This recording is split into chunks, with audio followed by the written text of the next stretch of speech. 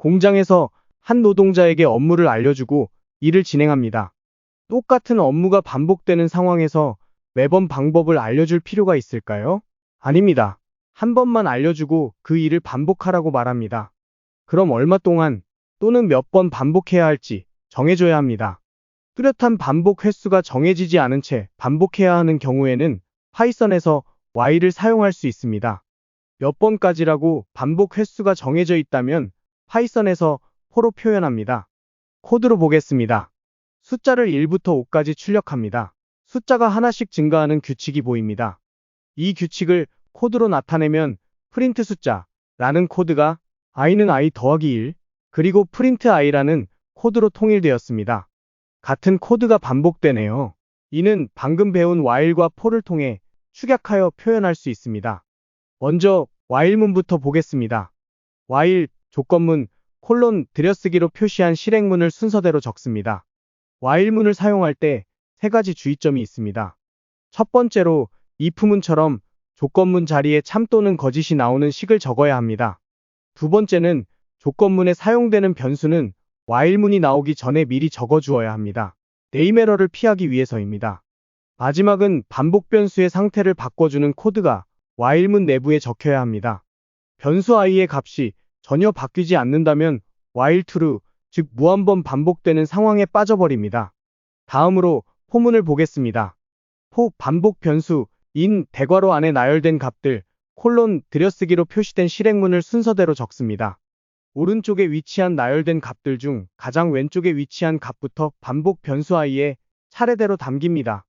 프린트 i를 하니 리스트의 원소가 차례대로 출력됨을 확인할 수 있습니다.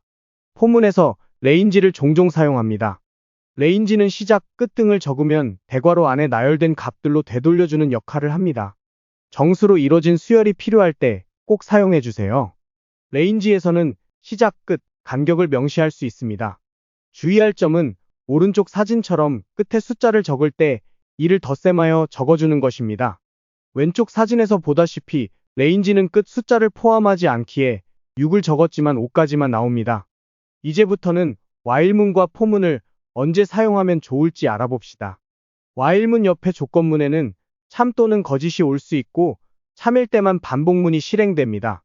즉 끝나는 순간이 정확히 몇 번 뒤에 오는지 알 수 없을 때 사용합니다. for문은 이와 달리 반복의 범위가 정해져 있습니다. 이처럼 반복 횟수가 정해진 상황에서 주로 사용됩니다. 코드로 봅시다. landint는 지정한 범위 내의 정수 중에서 무작위로 정수 하나를 반환하는 역할을 합니다. while문부터 보겠습니다. 변수 i는 landint의 결과에 따라 1에서 6 사이의 숫자를 갖게 됩니다. 결과가 5 이하면 반복문을 계속 돌고 6이 나오면 반복을 그만두게 됩니다. 랜덤으로 생성하기에 언제쯤 6이 나올지 알 수 없습니다. 이렇듯 반복 횟수가 정해져 있지 않는, 즉 끝을 알 수 없는 경우에 while문을 사용합니다. 이와 달리 for문의 경우 횟수가 정해져 있습니다. 1에서 5 사이까지 딱 그만큼만 반복하고 그만둡니다. 변수 i에 새로 생성한 값을 넣더라도 다음번 반복에는 이를 무시하고 반복문 선언시 적어둔 원소의 값으로만 진행합니다. 반복문에서 꼭 배우는 개념이 continue와 break입니다. 게임이 끝나고 계속 하시겠습니까? 라는 질문에 네 또는 아니오를 눌러본 경험이 있나요? 여기서 네를 누르면 continue가, 아니오를 누르면 break가 됩니다. 먼저 1부터 9까지 출력하는 반복문 코드를 봅시다. 여기서 3의 배수를 건너뛰고 싶습니다. 나머지 연산자로 3으로 나눌 때 나머지가 0인 수를 찾고 해당하면 continue, 즉 건너뛰기를 합니다. 그럼 3, 6, 9가 출력되지 않습니다. 만약 continue 자리에 break를 적으면 어떻게 될까요? 3의 배수를 만나면 그대로 반복문을 종료시킵니다. 그러므로 1부터 3 전까지의 숫자만 출력됐습니다.